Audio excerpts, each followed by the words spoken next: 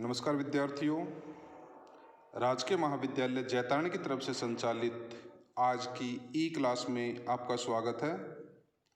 आज की इस ई क्लास में हम बीए प्रथम वर्ष के इतिहास विषय के प्रश्न पत्र के टॉपिक पाषाण काल के बारे में अध्ययन करेंगे।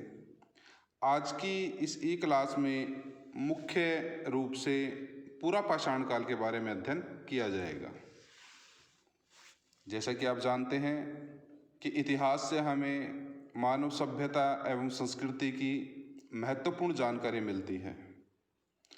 इतिहास को समझने के लिए, उसके प्रवाह का अध्ययन करने के लिए इतिहासकारों ने विभिन्न आधारों पर इतिहास का विभाजन किया है। यूरोप में लिपि को अथवा लेखन कला को विकास का आधार माना जाता था, इसलिए लिपि के आधार पर इतिहास को 3 भागों में विभाजित किया गया है। पहला है प्री हिस्ट्री यानी प्रागैतिहासिक काल, दूसरा है प्रोटो हिस्ट्री यानी आद्य ऐतिहासिक काल और तीसरा है हिस्ट्री। तीनों में विभाजन का मुख्य अंतर ये है कि वह काल जिसकी जानकारी हमें लिपि के माध्यम से प्राप्त नहीं होती उसे प्रागैतिहासिक काल कहते हैं। या हम सिंपल कह सकते हैं कि लिपि ज्ञान से पूर्व किसी भी देश, क्षेत्र या मानव का इतिहास प्रागैतिहासिक काल है। प्रागैतिहासिक काल मानव के विकास का सर्वाधिक भाग है और यह लगभग संपूर्ण मानव के अतीत का 95% है। आद्य इतिहास काल में उस काल की गणना की जाती है जब मनुष्य लिखना तो सीख गया था, लिपि का आविष्कार हो चुका था, किंतु उसको अभी तक पढ़ा नहीं गया है, जैसे सिंधु घाटी सभ्यता। और इतिहास का प्रारंभ तब से माना जाता है जब से स्पष्ट रूप से लिखित में इतिहास प्राप्त होना शुरू होता है। भारत के संदर्भ में 6ठी शताब्दी ईसा पूर्व से लिखित इतिहास या वास्तविक ऐतिहासिक इतिहास का प्रारंभ होता है। कुछ इतिहासकारों ने उपकरणों के आधार पर भी काल का विभाजन किया है, इतिहास के काल विभाजन किया है, जैसे पाषाण उपकरण और धातु उपकरण। धातु उपकरणों में 3 है, ताम्र, कांस्य और लोहा। इसी आधार पर ताम्रयुगीन सभ्यता, कांस्ययुगीन सभ्यता और लोहयुगीन सभ्यता का भी अध्ययन किया जाता है। पाषाण काल में मुख्य रूप से प्रागैतिहासिक काल का अध्ययन किया जाता है। जहाँ तक पाषाण काल के काल विभाजन का संबंध है, यूरोप में प्रचलित परंपराओं के आधार पर, विशेष रूप से फ्रांस में जो पाषाण काल का क्रमबद्ध अध्ययन किया गया, उसके आधार पर भारत में भी पाषाण काल का विभाजन किया गया है। पाषाण काल को मुख्य रूप से 3 भागों में बांटा गया है। पूर्व पाषाण काल, जिसको पैलियोलिथिक एज कहा जाता था, मध्य पाषाण काल तथा नव पाषाण काल। इन तीनों कालों के विभाजन का प्रमुख आधार इस काल में मानव द्वारा प्रयुक्त पाषाण उपकरणों तथा उनकी निर्माण तकनीक है। पूर्व पाषाण काल को 3 भागों में बांटा गया है। पुनः पहले पूरे पाषाण काल को 3 भागों में और पूर्व पाषाण काल को फिर 3 भागों में बांटा गया है। निम्न पूर्व पाषाण काल, मध्य पूर्व पाषाण काल तथा ऊपरी पूर्व पाषाण काल। आज की इस ई क्लास में हम पूर्व पाषाण काल के बारे में अध्ययन करेंगे और इन तीनों जो इससे संबंधित तीनों भाग हैं उसके बारे में कुछ जानने का प्रयास करेंगे। जब हम इस कालखंड का अध्ययन करेंगे तो 2-3 चीज़ों के बारे में हमें जानकारी प्राप्त होनी चाहिए कि इस काल में मनुष्य किन उपकरणों का प्रयोग करता था, किन संस्कृतियों का विकास हुआ तथा मानव जीवन का विकास, उनकी सामाजिक जीवन किस प्रकार से था। जहाँ तक भारत में प्रागैतिहासिक अनुसंधान का प्रश्न है, भारतीय प्रागैतिहास को उद्घाटित करने का श्रेय डॉक्टर प्राइमरोज को है, जिन्होंने 1842 ईस्वी में लिंगसरूर, जो कि कर्नाटक में है, वहाँ से प्रागैतिहासिक औजार की खोज की थी। छात्र ध्यान देंगे कि सबसे पहले प्रागैतिहासिक उपकरण की या औजार की खोज डॉक्टर प्राइमरोज ने की थी, किंतु यह जो उपकरण था वो नवपाषाण काल से संबंधित था। भारत में पाषाण युग का अध्ययन 1851 ईस्वी में स्थापित जियोलॉजिकल सर्वे ऑफ इंडिया द्वारा प्रारंभ किया गया तथा इसी विभाग के डॉक्टर रॉबर्ट ब्रूसफुट ने 13 मई 1853 को तमिलनाडु में चेन्नई के निकट पल्लवरम नामक स्थान से एक क्लीवर यानी विदारणी नामक उपकरण प्राप्त किया। इसलिए उन्हें भारतीय पुरातत्व इतिहास का पिता में भी कहा जाता है। नाम याद रखेंगे, रॉबर्ट ब्रूसफुट। दोनों में अंतर याद रख सकते हैं। डॉक्टर प्राइमरोज ने नवपाषाणकालीन उपकरण की खोज की थी, जबकि रॉबर्ट ब्रूसफुट ने पुरापाषाणकालीन उपकरण की खोज की थी। इसके पश्चात एक महत्वपूर्ण अनुसंधान 1935 ईस्वी में हेलमुट डी टेरा तथा पीटरसन ने सोहन नदी घाटी में किया था। इसके अलावा विभिन्न क्षेत्रों में और विश्वविद्यालयों के द्वारा भी भारत में विभिन्न जगहों पर प्रागैतिहासिक अनुसंधान किए गए हैं। अब हम सबसे पहले देखते हैं कि पुरापाषाण काल में मनुष्य किस प्रकार के उपकरणों का उपयोग करता था। जैसे कि मैंने पहले बताया कि पाषाण काल को 3 भागों में बांटा गया है। पुरापाषाण काल को पहला है निम्न पुरापाषाण काल। ये छात्र इसको ठीक कर लेंगे, ये निम्न है यहाँ पर, निम्न पुरापाषाण काल। दूसरा है मध्य पुरापाषाण काल और तीसरा है उच्च पुरापाषाण काल। एक तो सबसे सिंपल ये याद रखेंगे कि कौन सा उपकरण मुख्य रूप से किससे संबंधित है, और इसमें से जो पहले 2 उपकरण हैं ये विशेष रूप से याद रखेंगे। जैसे निम्न पुरापाषाण काल के जो प्रमुख उपकरण हैं उन्हें बोलते हैं चॉपर तथा चॉपिंग। अब ये चॉपर तथा चॉपिंग है क्या, होता क्या था, इनको पेबल्स उपकरण भी कहा जाता है कि पेबल्स खंड वे टुकड़े होते थे जो नदी के प्रवाह के साथ साथ लुढ़कने से गोल हो जाते थे। इन जो पत्थर के टुकड़े होते थे, गोल टुकड़े, इनसे जो उपकरण बनाए जाते थे उसे पेबल्स उपकरण कहा जाता था। इन उपकरणों में को 2 भागों में बांटा गया है, एक है चॉपर तथा दूसरा है चॉपिंग। चॉपर को जो गोल पत्थर होता था पेबल्स, उसके एक ओर फलकीकरण करके धारयुक्त करके बनाया जाता था तथा चॉपिंग में पेबल्स के दोनों ओर फलकीकरण करके धारयुक्त उपकरण बनाया जाता था। दूसरा है हैंड एक्स। ये जो उपकरण थे चॉपर और चॉपिंग, ये मुख्य रूप से सोहन संस्कृति से संबंधित हैं। सोहन संस्कृति का मतलब है कि जो पाकिस्तान में पंजाब है वहाँ की सोन नदी घाटी में ये उपकरण पाए गए थे, इसलिए इनको सोहन संस्कृति से संबंधित किया जाता है। दूसरा है हैंड एक्स। हैंड एक्स का मतलब होता है हाथ की कुल्हाड़ी। वे पत्थर जिन्हें हाथ में पकड़कर यूज किया जाता था वो होते थे हैंड एक्स। इनका संबंध मुख्य रूप से मद्रास संस्कृति से है। तीसरा होता था क्लीवर या विदारणी, यह काटने अथवा चीरने के काम में आता था। तो निम्न पुरापाषाण काल के 3 उपकरण थे, पेबल्स उपकरण, हैंड एक्स और क्लीवर। दूसरा आता है मध्य पुरापाषाण काल। मध्य पुरापाषाण काल के 2 प्रमुख उपकरण थे, एक था स्क्रैबर या खुरचनी।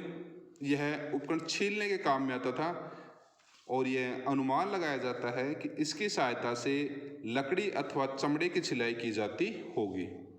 दूसरा आता है बोरर या बेधक। यह उपकरण मुख्य रूप से छिद्र करने के काम में आता था। एक प्रकार जो पेचकस होता है, नुकीला पेचकस, उस प्रकार के उपकरण होता था। तीसरा काल आता है उच्च पुरापाषाण काल।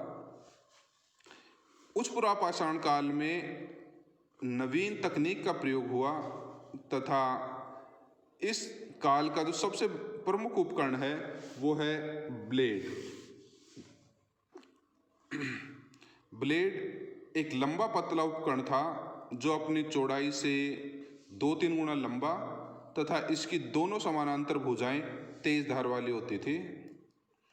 इसके अलावा ब्यूरिन, जिसकी सहायता से आदि मानव गुफाओं में या दीवारों पर खुरचकर चित्रण या नक्काशी आदि का कार्य करता था। और तीसरा है बेधक या पॉइंट, इसे लकड़ी अथवा हड्डी में बांधकर प्रयोग किया जाता था। इसके अलावा दांतेदार जो चाकू होता है उसका प्रयोग भी उच्च पुरापाषाण काल में करना शुरू हो गया था। छात्र इन चित्रों की सहायता से देख सकते हैं कि किस प्रकार के ये उपकरण होते थे। ये चॉपिंग टूल्स हैं, ये क्लीवर, ये हैंड एक्स जिसको हाथ से पकड़ किया जाता था, और ये चॉपर। अब हम पुरापाषाण काल से संबंधित कुछ संस्कृतियों का अध्ययन करेंगे। संस्कृतियों का यहाँ पर तात्पर्य है कि विशेष प्रकार के उपकरण जो एक स्थान पर पाए गए उन्हें संस्कृति की संज्ञा दी गई है। सामाजिक व अन्य संस्कृति के बारे में हम आगे अध्ययन करेंगे। यहाँ पर ध्यान रखेंगे, संस्कृति का तात्पर्य है एक ही स्थान से पाए गए विभिन्न प्रकार के उपकरण, जिसमें जैसे कि हमने पहले पढ़ा कि पाषाण काल में 3 प्रकार के प्रमुख उपकरण थे। पाषाण काल को 3 प्रमुख भागों में बांटा गया था: निम्न पुरापाषाण काल, मध्य पुरापाषाण काल और उच्च पुरापाषाण काल। तो इन तीनों कालों में अलग अलग संस्कृतियों का निर्माण हुआ, जिसके बारे में संक्षेप में हम देखते हैं। पहली है निम्न पुरापाषाण काल से संबंधित सोहन संस्कृति। जैसा कि मैंने आपको बताया कि इस संस्कृति के उपकरण सोहन नदी घाटी से प्राप्त हुए हैं, जो कि वर्तमान पाकिस्तान के पंजाब प्रांत में है। इसलिए इसे सोहन या सोहानियन संस्कृति भी कहा जाता है। इस संस्कृति के उपकरण बाद में लहचुरा उत्तर प्रदेश, दक्षिण भारत में कर्नाटक तथा उड़ीसा से भी प्राप्त हुए हैं। मैंने आपको पहले बताया था कि इस संस्कृति के प्रमुख उपकरणों में चापर और चॉपिंग उपकरण है। दूसरे आता है मद्रास संस्कृति। इस संस्कृति के उपकरण सर्वप्रथम मद्रास के निकट बदमदुरई से प्राप्त किए गए, इसलिए इसे मद्रास संस्कृति के नाम से जाना जाता है। इस संस्कृति के उपकरण दक्षिण भारत की विभिन्न नदी घाटियों में मिले हैं। इस संस्कृति का सबसे प्रमुख उपकरण हस्तकुलाड़ी या हैंड एक्स था। इस संस्कृति को एसुलियन संस्कृति भी कहा जाता है। सोहन नदी घाटी में सबसे महत्वपूर्ण अनुसंधान 1935 में डिटेरा के नेतृत्व में हुआ था तथा यहाँ का मतलब है सोन नदी घाटी से 5 वेदिकाओं से विभिन्न प्रकार के पाषाण उपकरण मिले थे और यहाँ के उपकरणों को सोहन उद्योग भी कहा जाता है। फिर मद्रास संस्कृति अपने अध्ययन कर लिया। फिर आखिरी में आता है इससे संबंधित नर्मदा संस्कृति। नर्मदा घाटी में पाषाण उपकरणों के साथ साथ पशुओं के जीवाश्म प्राप्त हुए हैं। यहाँ से 1935 में डिटेरा और पैटरसन ने महत्वपूर्ण अनुसंधान किए। इस संस्कृति की खास बात यह है कि यहाँ से भारतीय भूभाग में मानव जीवाश्म का सर्वाधिक प्राचीन अवशेष मिला है। आपको ध्यान होगा कि भारतीय भूतत्व सर्वेक्षण विभाग के डॉक्टर अरुण सोनकिया ने हथनोरा नामक स्थान से मानव जीवाश्म प्राप्त किया था। दूसरा है मध्य पुरापाषाण कालीन संस्कृति। इस संस्कृति को फलक संस्कृति भी कहा जाता है, क्योंकि भारत के विभिन्न भागों से जो फलक प्रधान पूर्व पाषाण काल के उपकरण मिले हैं वो इसी काल से संबंधित हैं। इनका निर्माण फलक तथा ब्लेड पर किया गया है और फलकों की अधिकता के कारण ही इसे फलक संस्कृति कहा जाता है। इस संस्कृति की पहचान सर्वप्रथम कामियाडे तथा MC बर्किट ने कुर्नूल क्षेत्र में की थी। डिटेरा और पीटरसन ने सोहन घाटी में इस संस्कृति को उत्तर सोहन कहा है। नेक्स्ट आती है ब्लेड संस्कृति, जो कि उच्च पूर्व पाषाण काल से संबंधित है। इस काल में प्रधान उपकरण यानी प्रधान पाषाण उपकरण ब्लेड होने के कारण से ब्लेड संस्कृति का नाम दिया गया है। मैंने पहले बताया कि ब्लेड पतले और संकरे आकार का वह पाषाण फलक है। फलक का मतलब होता है मुख्य पत्थर में से निकाला गया टुकड़ा, जिसके पार्श्व समानांतर होते हैं और जो अपनी लंबाई में अपनी चौड़ाई से दुगना होता है। जहाँ तक पाषाण काल में मानव जीवन का प्रश्न है, सामान्य रूप से हम ये कह सकते हैं कि इस काल में मनुष्य मुख्य रूप से आखेटक और संग्रह करता था। लेकिन क्योंकि पाषाण काल मानव के विकास का एक लंबा चरण है, इसलिए यदि हम 3 कालखंडों में इसको विभाजित करके देखें, निम्न, मध्य और उच्च पूर्व पाषाण काल में, तो हम ये पाएंगे कि मनुष्य धीरे धीरे अपना विकास करता गया। जैसे निम्न पूर्व पाषाण काल में मनुष्य खुली भूमि पर सोता था तथा उसे गुफा या अन्य किसी सुरक्षित स्थान पर निवास करने का ज्ञान नहीं था। मध्य पूर्व पाषाण काल में आकर मनुष्य में थोड़ा सा विकास हुआ। इस काल में मनुष्य ने सर्वप्रथम गुफाओं में रहना शुरू किया। इस काल में मनुष्य अग्नि से परिचित हो गया, यद्यपि यह स्पष्ट नहीं है कि वह इसे स्वयं उत्पन्न कर लेता था अथवा नहीं। अग्नि से उसे बहुत फायदा हुआ। एक तरफ जहाँ वह शीत से अपनी रक्षा कर सकता था, वहीं अब मांस को वह भून कर भी खाने लगा। इस काल में सामाजिक जीवन के अंतर्गत कार्य विभाजन की स्थापना हुई, क्योंकि पुरुष जहाँ शिकार या आखेट करने हेतु जंगलों में घूमता रहता था, वहीं उसके सहायक के रूप में बच्चे भी आखेट का ज्ञान प्राप्त करते थे। ऐसी स्थिति में यह माना जाता है कि संभवतः स्त्रियां वन प्रदेशों से कंदमूल एकत्रित करके लाती होंगी तथा बच्चों को पालने का कार्य करती होंगी। इस काल में मानव संबंधों में पूर्ण परिवर्तन आ गया। इससे पूर्व मनुष्य जहाँ छिपकर रहता था, अब वह एक स्थान पर टिक कर रहने लगा। उच्च पूर्व पाषाण काल में और अधिक उसके जीवन में परिवर्तन आया। इस काल के उपकरणों में सुई के आकार के उपकरण ये संकेत करते हैं कि अब मानव चर्म का केवल ढकता ही नहीं था, बल्कि उससे वस्त्रों की तरह की सामग्री भी बनाने लगा। इस काल की एक खास बात है कि इस काल में मनुष्य वन्य प्राणियों के स्वभाव से परिचित होने लगा तथा वह यह ध्यान रखता था कि किस मौसम में प्राणियों का आवागमन किधर होता है। ऐसी स्थिति में मानव ऐसे स्थानों पर दिखाई देता है जहां से पशु समूह गुजरते थे। इस काल में सामाजिक जीवन की जड़ें भी गहरी हुई। मनुष्य सामूहिक रूप से आखेट करता था तथा सामूहिक रूप से उसका उपभोग करता था। कला के अंतर्गत मनुष्य ने अपनी जो दीवारें होती थी उनको विविध रंगों से चित्रित करना शुरू कर दिया। शरीर को वह विविध रूपों में अलंकृत करने लगा। इस काल में जो चित्र मिले हैं दीवारों पर, वो मुख्य रूप से शिकारों के दृश्य हैं।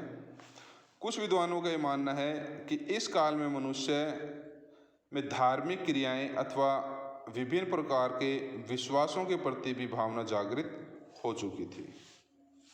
इस प्रकार से हम कह सकते हैं कि पूरा पाषाण काल में मनुष्य पूर्णतः प्राकृतिक था तथा उसका जीवन मुख्यतः आखेट और कंदमूल प्राप्त करने पर ही निर्भर था।